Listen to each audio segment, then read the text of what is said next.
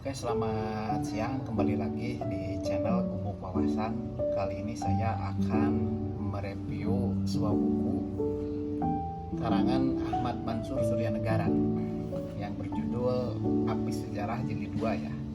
Buku ini sangat menarik untuk bahan pengetahuan kita mengenai sejarah jihad ulama dan santri pada zaman dahulu ya. Jadi para ulama, para santri tidak usah berkecil hati karena di dalam buku ini diceritakan perjuangan berdirinya bangsa ini tuh tidak tanpa perjuangan ulama dan santri. Ulama dan santri berperan dalam mendirikan bangsa ini. Nah, kenapa saya review buku Api Sejarah ini? Yaitu buku ini membongkar fakta sejarah yang tersembunyi mengenai perjuangan jihad umat Islam.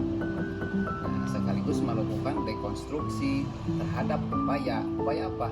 Upaya desimilasi dalam penelusuran sejarah Indonesia arus utama ya. Nah, selain itu ada beberapa hal pokok dalam buku ini dibahas. Saya meringkas mereviewnya, ada 4 pokok ataupun 4 fakta yang terdapat dalam buku ini. Kalau menurut saya, yang pertama yaitu fokus perjuangan. Nah, fokus perjuangannya ke arah mana? Yaitu fokusnya melanjutkan narasi dari jilid 1 ya.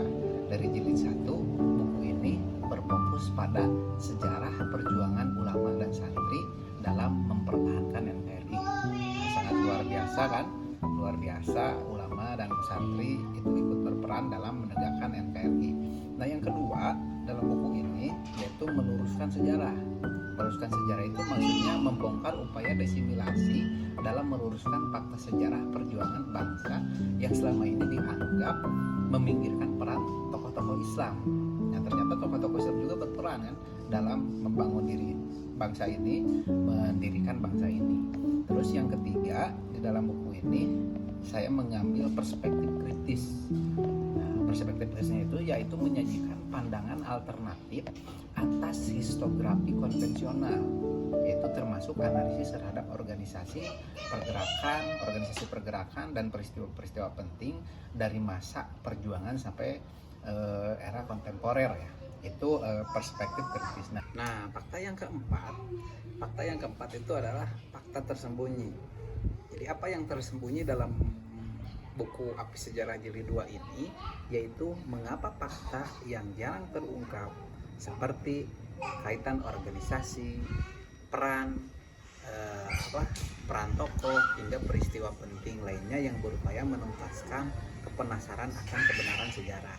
Jadi buku ini tadi kan bisa meluruskan sejarah. Ternyata peran ulama, jihad, ulama dan santri itu dalam membangun bangsa ini, dalam mendirikan bangsa ini itu ikut andil ya.